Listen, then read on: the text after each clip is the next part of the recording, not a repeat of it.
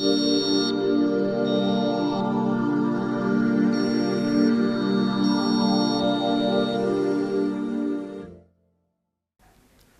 मैं डॉक्टर गौतम बांगा, reconstructive urologist और andrologist पिछले 15 साल से दिल्ली एनसीआर में कार्य कर रहा हूँ। आज हम एक स्पेशल टॉपिक के बारे में बात करेंगे जो इन्फ्लेटेबल पेनाइल इम्प्लांट है।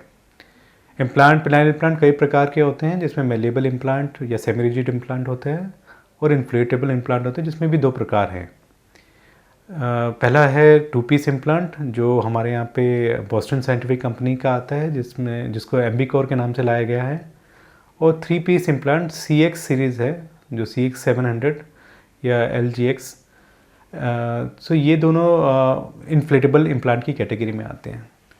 हमारे पास जो मरीज़ आते हैं जिनको पेनाइल इम्प्लांट की ज़रूरत है, या जो पहले से कहीं डिस्कस कर चुके हैं और पेनाइल इम्प्लांट के बारे में और जानकारी लेना चाहते हैं, उनका मेन क्वेश्चन यही होता है कि मेलेबल इम्प्लांट और इन्फ्लेटेबल इम्प्लांट में क्या डिफरेंस है।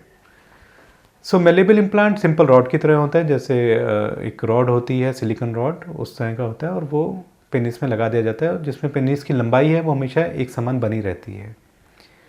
जबकि अब जो इन्फ्लेटेबल इम्प्लांट है, इसमें 2 सिलेंडर्स होते हैं, वो एक पंप से कनेक्टेड होते हैं। जब भी पुरुष को सेक्सुअल एक्टिविटी या संभोग करने की इच्छा होती है, तो उन्हें वो पंप को प्रेस करना होता है, जिसमें जो फ्लूइड पंप में फ्लूइड जो कलेक्टेड होता है वो सिलेंडर्स में चला जाता है, वो सिलेंडर हार्ड हो जाते हैं और पेनिस में इरेक्शन आ जाता है। जो इन्फ्लेटेबल इम्प्लांट हैं उनके क्या बेनिफिट हैं मेलेबल इम्प्लांट के ऊपर। जो ये इन्फ्लेटेबल इम्प्लांट 2 पीस या 3 पीस हैं, ये एक बेहतर रिजिडिटी देते हैं पेनिस को।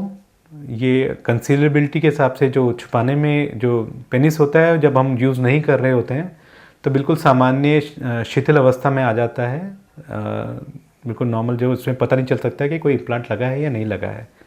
वो पुरुष आराम से कोई भी कपड़ा पहन सकते हैं और कोई भी ये नहीं कह सकता कि इसमें इम्प्लांट लगा हुआ है।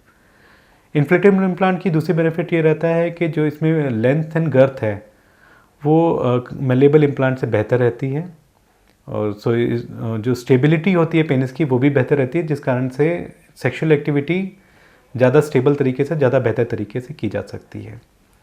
हमारे पास जो भी यंग पेशेंट आते हैं जो अर्ली इरेक्टाइल डिसफंक्शन से सफ़र कर रहे हैं, उन पेशेंट्स में हम लोग इन्फ्लेटेबल इम्प्लांट की सलाह देते हैं, या जो भी पेशेंट अपनी इच्छा से इन्फ्लेटेबल इम्प्लांट लगाना चाहते हैं उसमें हम लोग ये सर्जरी करते हैं और ये इस टाइप का 2 पीस या 3 पीस इम्प्लांट का उपयोग करते हैं।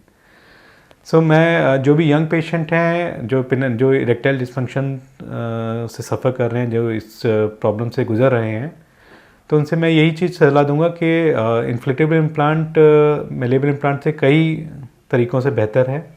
हालांकि इसमें एक जो मुश्किल या कह सकते हैं एक नेगेटिव वो है कि ये कॉस्ट वाइज मेलेबल इम्प्लांट से महंगा है, ज़्यादा है, बट उतने ही इसके फ़ायदे हैं।